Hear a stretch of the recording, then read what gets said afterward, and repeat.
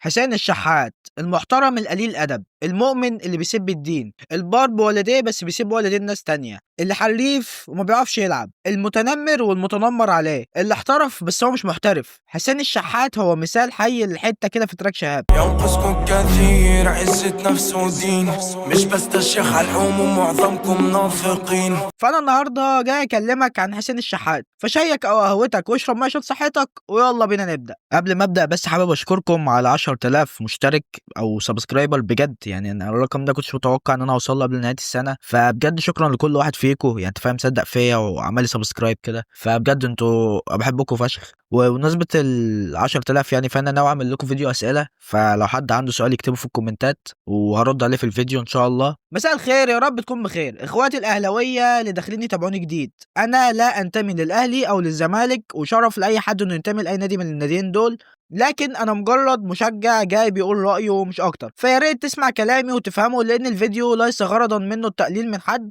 وشكرا. اول حاجه انا هحكي لك مسيره حسين الشحات في السريع كده. حسين بدا في نادي الشرقيه للدخان، وفي موسم 2014 2015 انتقل لمصر المقاصه مع الكابتن ايهاب جلال الله يرحمه. وفي الموسم ده حسين شارك في 14 ماتش، عمل اسيستين، والمقاصه ساعتها كانت كلها نجوم زي احمد الشيخ وعمرو بركات وعمر النجدي وائل فراج. الموسم اللي بعده اللي هو موسم 2015 2016 شارك في 19 ماتش، جاب جول وعمل 5 اسيستات. وفي موسم 2016 2017 حسين لعب 30 ماتش، لكن ده بسبب انه كان بيلعب باك يمين اغلب الوقت، وده بسبب ان حسني فتحي ساعتها كان انتقل للزمالك. حسين الموسم ده جاب 4 تجوال وعمل 6 اسيستات، لكن البرايم بتاعه كان في موسم 2017 2018. حسين في 17 ماتش جاب 11 جول وعمل 5 اسيستات، منهم هاتريكين في طنطا ووادي دجلة. حسين الشحات في مواجهة عبد المنصف، داخل الشحات للشحات، داخل حسين، جول بالكربون يا حبيبي، بالكربون. كرة عرضية خطيرة، ودي مسعد، ودي تسديدة عرضية، جول. البينية انطوي يسندها حلوة، ودي تسديدة يا ولد. عيد يعمل البينية، ايريك تراوري مر ممكن يسدد، عمل العرضية، ودي تسديدة والهدف. اسلام طارق ادي امامنا، هنشوف التسديدة، ودي التسديدة العرضية والهدف الثالث يا ولد. هو الشحات المدفعجي، قلنا خلوا عينيكم على هذا اللاعب، جول. عشان كده في يناير العين الاماراتي بيتعاقد معاه على سبيل الاعاره. حسين الشحات استمر في تقديم الاداء المميز جدا، وفي 17 ماتش مع العين جاب 8 تجوال وعمل 13 اسيست، عشان العين الاماراتي قرر يشتريه من مصر المقاصه ب 2 مليون و700 الف يورو. والموسم ده حسين لعب كاس عالم للانديه مع العين ووصل للنهائي ضد ريال مدريد وعمل ماتش كبير جدا. وفي نص موسم حسين لعب 18 ماتش، جاب 7 تجوال وعمل 7 اسيستات. هتيجي تقول لي هو ليه لعب نص موسم؟ عشان الموسم الثاني هو انتقل للاهلي في يناير ب 4 مليون و350 الف يورو كاغلى صفقه في تاريخ النادي الاهلي. وحسين يلعب 26 ماتش مع الاهلي، جاب 6 جوال وعمل 4 اسيستات. طبعا كان هو نجم ماتش السوبر ضد الزمالك وحمدي النقاز. حسين الشحات يرقص، حلوه من حسين والتسديده، لكن عواد حلوه تترد حسين الشحات. فاللقطة دي يعني اللي خلته بعيد شوية عن الانتقادات، وأنقذ مجلس إدارة الأهلي من الانتقادات.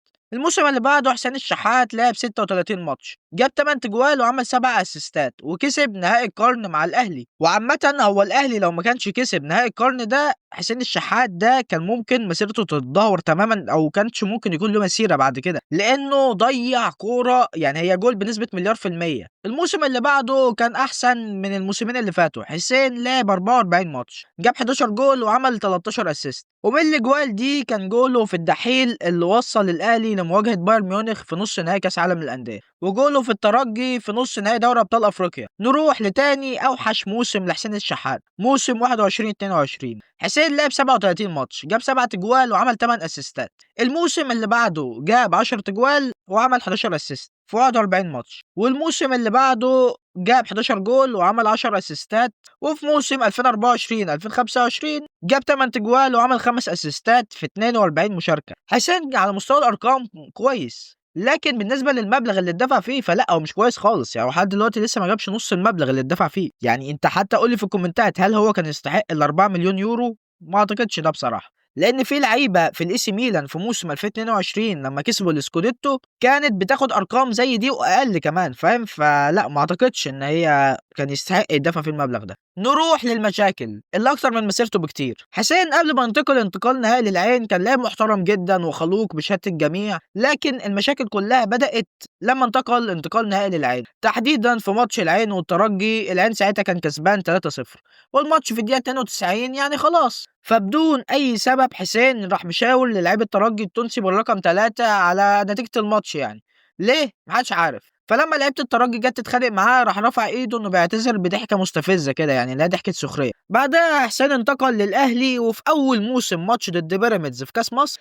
الاهلي اتغلب 1-0. حسين يسكت؟ لا، يروح يتخانق مع مدرب بيراميدز ويديله بالشلوت تحت انظار الحكم. بعدها ب3 شهور بالظبط الاهلي كان بيلعب النجم الساحلي واتغلب 1-0. حسين الشحات قدم اداء ب5 جنيه حرفيا وخرج في الدقيقه 60 والاهلي ساعتها خسر 1-0. حسين الشحات يسكت؟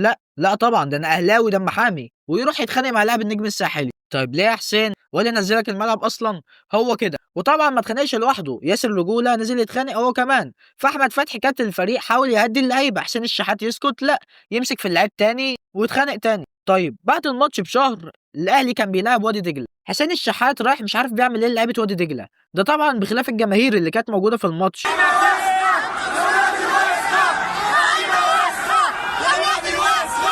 طيب نروح لماتش نهائي القرن. الاهلي كسب مع ان حسين الشحات كان مقدم اوحش اداء، ولو الاهلي كان اتغلب حرفيا مسيرته كانت هتنتهي وانا مش بأفور. حسين ساب الفوز وراح لمصطفى محمد عشان يستفزه. مصطفى محمد اتخانق معاه وضربه.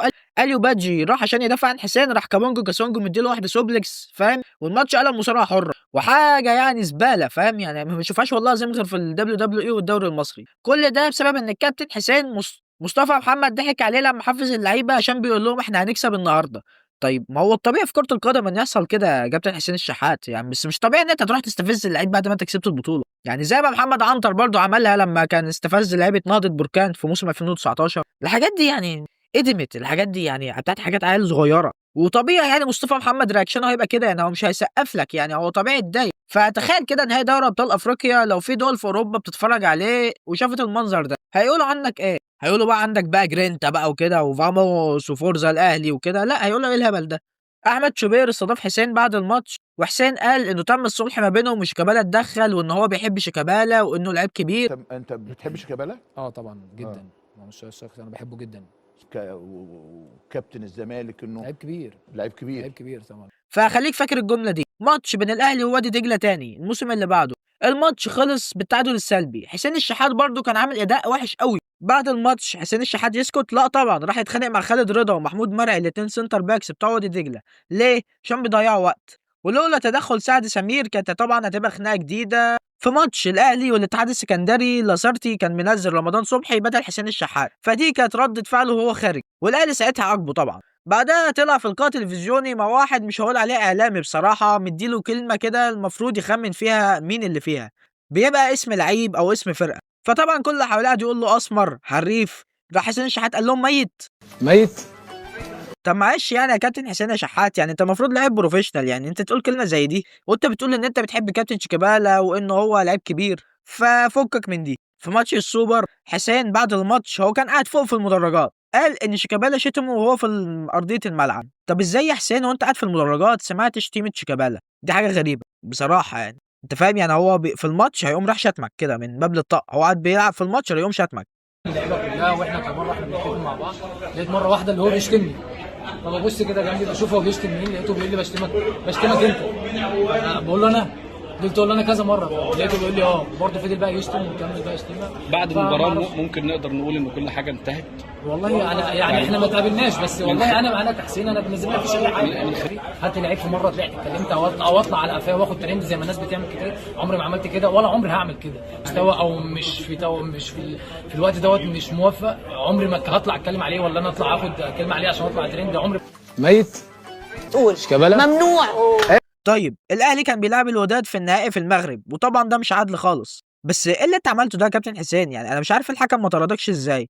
طيب ماشي، نروح لماتش بيراميدز والاهلي في السوبر المصري. محمد عبد المنعم كان بيمثل ان هو مصاب، لا لعبه بيراميدز لعبت راح واقف عادي، بعدها وقع تاني بعد ما الكره اتلعبت، فلعيبه الاهلي راح تتخانق مع الشيبي عشان لاعب، ومحمد عبد المنعم كان بيفيك ان هو عنده اصابه، راح حسين الشحات شده وعلي معلول ضربه والشناوي راح له وجمهور الاهلي بيلق ازايز كل ده عشان لعيب لعب كوره وفي لعيب مصاب. طيب هو مش في حكم تقريبا هو اللي بيوقف اللعب؟ طيب يعني هو سوري، يعني الاهلي والزمالك ما بيعملوش كده؟ سيبك من الاهلي والزمالك، الريال مدريد وبرشلونه ومانشستر سيتي وليفربول ما بيعملوا كده يا ابني، ما بيبقوا متعادلين او مغلوبين. بعد كده في الدوري بيراميدز كسبت الاهلي 3-0، حسين نزل اخر تلت ساعه وما عملش حاجه، فحسين بعد الماتش يسكت؟ لا، راح سابب الدين للشيبي وضربه بالقلم. بجد كنت في الملعب كنت طلعت دي اقسم بالله عشان انت بتعمله ده، عشان انت قليل الادب. بعدين مش الشيبي، فالشيبي اكيد دافع عن نفسه، راح قايل له حاجه وهو كده، فراح حسين رجع له تاني قعد يشتمه بابوه وامه وكان عايز يتخانق معاه تاني. طيب والزبيبه اللي في وشك ده يا كابتن حسين ولا دي وحمه؟ طب فهمني والله مش بتريق، يعني فهمني، المفروض الانسان بيتعلم من دينه وبيطبقه في حياته. انت بقى هل بتعمل بالدين او بالقران او بالصلاه اللي انت بتعملها؟ لا. حسين في الماتش اللي بعده بين الاهلي وبيراميدز داس على بطن محمد حمدي وخد ضربه جزاء. المشكله مش في انها ضربه جزاء، المشكله في اللي عمله حسين الشحات بعد ما خد ضربه الجزاء. يعني حركه عيل صغير قوي، دي مش حركه لعيب بيلعب في الاهلي، مش حركه لعيبه كوره اصلا، انت فاهم، بروفيشنال. يعني انت حرفيا بتلاعب فرقه ملهاش جمهور، طب انت بتستفز مين؟ محدش عارف. بخلاف ده انت كنت ممكن تصيب محمد حمدي. طيب المصري كان بيلعب الاهلي في ماتش في كاس مصر، وبعد الاكسترا تايم الاهلي كسب 2-1. المهم حسين يحتفل؟ لا، راح يتريق على محمود جاد ويشتمه، وانا مش بتبلى عليه والله، في ناس في الاستاد ساعتها صحفيين ولاعيبه كوره اكدوا لي المعلومه. طيب ماتش القمه اللي كان من كام يوم، حسين راح لبزيرة يشاور له ان هو قصير. طب خوان بزيرة طوله 167 سم، حسين الشحات طوله 171 سم.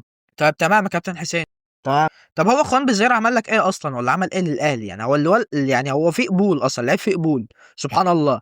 تاني حاجه هو من ساعه ما جه ما عملش احتفال مثلا غصب حد، ولا عمل حركه كده ولا كده خالص. طب انت اللي تعمل كده محدش فاهم، بس هو فاهم عقده نقص. طيب هل اللي عمله حسين ده غلط؟ صح، بس هو حقه. هتقول لي ايه حقه ازاي؟ هقول لك حقه، هل حد بيحاسبه؟ لا. هل حد بيقول له دي مش قيم النادي الاهلي؟ لا. هل حد بينصحه؟ لا. هل حد بيقول له احترم دينك؟ لا. طيب ليه حسين بيعمل كده؟ عشان بيلعب في الاهلي. ومعلش يعني للاهلاويه عشان ما حدش يزعل مني، بس هي معروفه، اي لعيب في الاهلي او الزمالك له حصانه عن اي لعيب في الدوري المصري كله.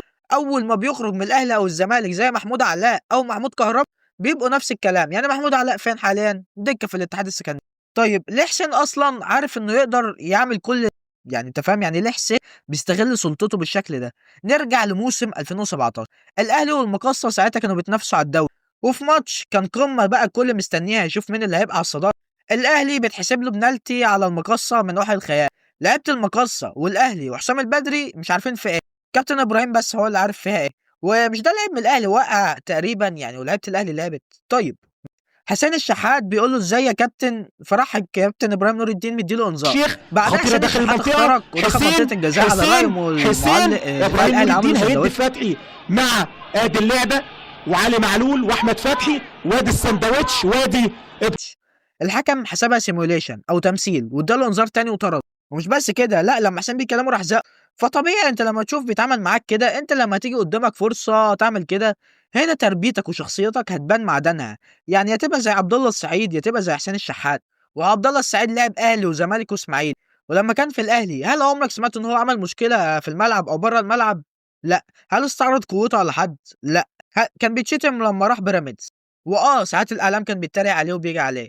طيب هل هو رد عليهم في الملعب؟ ودخل في نادي ال100 وبقى اسطوره من اساطير الدوري المصري ومصر عامه. حسين الشحات بقى عمل ايه؟ استغل سلطته بشكل كامل. وحسين لو طلع من الاهلي مصيره زي محمود علاء او كهربا، وافتكروا كلام. ففي النهايه حسين لعيب كبير، انا بحبه كلعيب، بس كشخصيه انا بكرهه. لك ان تتخيل ان في 120 مليون مصري، منهم على الاقل 50 مليون بيتابعوا كوره وعرفوا لقطتك مع الشيبي مثلا. انت على الاقل في 2.5 مليون، انت في 2.5 مليون واحد عاملين لك فولو، في منهم على الاقل 20,000 طفل بيلعب كوره. تفتكر لما يكبر الطفل ده وانت مثله الاعلى مثلا، يعني تفتكر هيطلع عامل ازاي؟ طبعا عامه حسين مش اول ولا اخر لاعب بيعمل كده، والموضوع مش في الاهلي بس، يعني بس حسين اوفر قوي.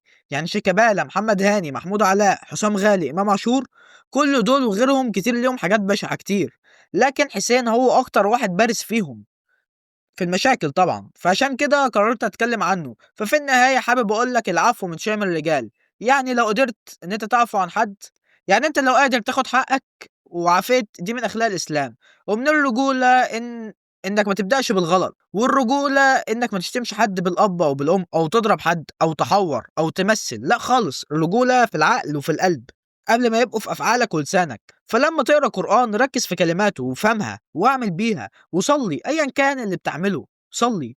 سب الدين ما ينفعش، والشتام بالأم والأب حتى لو بهزار ما ينفعش، كل ده مش هيخليك راجل. فربنا يهدينا جميعا، وأنا مش مطلع نفسي شيخ أو بريء، يعني كلنا بنغلط، لكن المفروض كل واحد بيتعلم من غلطاته، ولازم ونحاول نبقى أحسن.